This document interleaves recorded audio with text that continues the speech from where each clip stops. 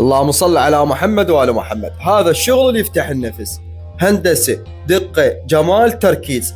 إذا ما وصلت المرحلة تفتخر بشغلك أو تنعجب بشغلك، يعني أنت ما وصلت الحب المهنة.